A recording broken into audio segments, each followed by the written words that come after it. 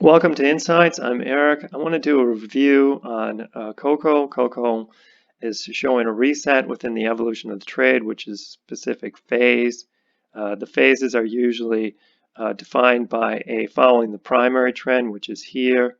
The primary trend's been up for 6 months. We see that here. It hasn't really produced any profits because energy has been fighting it the whole way, and we'll talk about that in a moment. But the evolution of the trade is following the primary trend and following the alignment that we see between the daily and weekly trend. The weekly trends are up and the primary trend is up, and the daily trend just reset from down to up, so this generates a reset.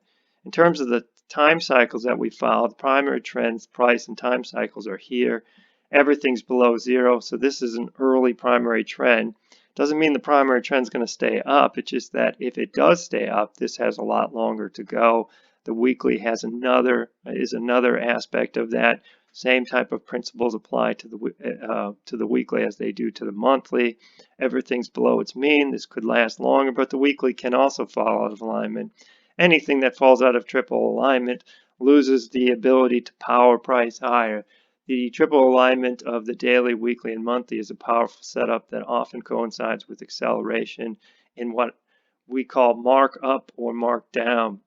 In this case, acceleration to the upside is always a favorable outcome as long as it's in triple up. But do we buy this reset, or would someone chase this reset?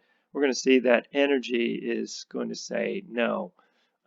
You could, people will do it, I'm sure, but in terms of the way I see energy and the way we view it, it's just too negative. The energy build is measured here in DI and DI2. Anything below the threshold of minus 60 is bearish. Anything above plus 60 is bullish. We're way down here, similar to here, here, here.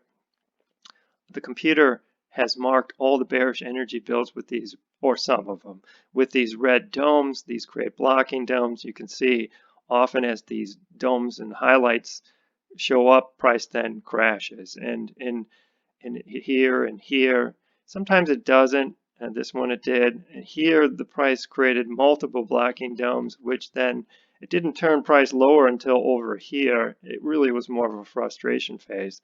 This could be what we're facing here.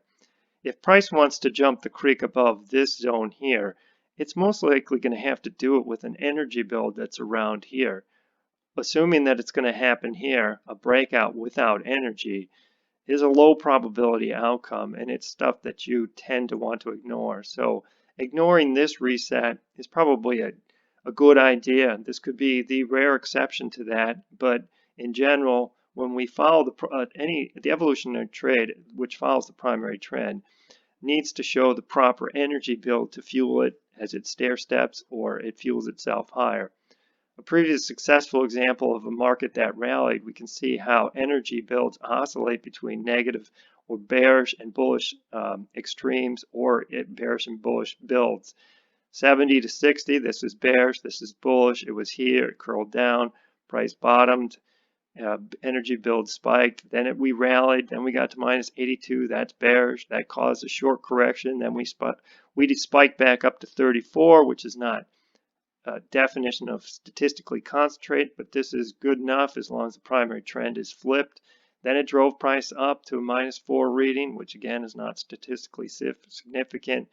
Profit taking stepped in. Then a very large energy build showed up near 100, which is the maximum rating, powered it up to here. Energy really got bearish at this peak at -70, similar to where we are today. Price fell again, then rallied up again, and then it really slammed at -86, which was a warning that the invisible hand was distributing more and more with each test of this high, and then price really collapsed, and then you go through the current cycle that we're in.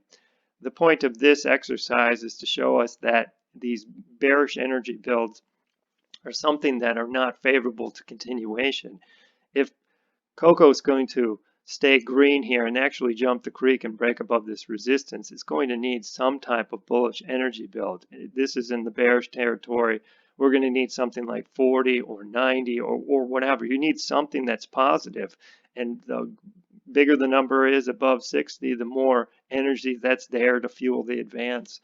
So as of right now, this is the setup that shows in the matrix is probably something that we want to ignore. Keep an eye on it. This is on the radar screen, but energy needs to flip.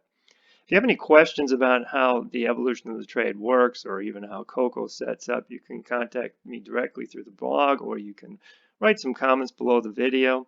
You can also subscribe to the YouTube channel to get some updates and to keep informed on other markets. And there's ways to contact us through various social media outlets as well. So thanks for watching the video, and I hope this helps explain the evolution of the trade better.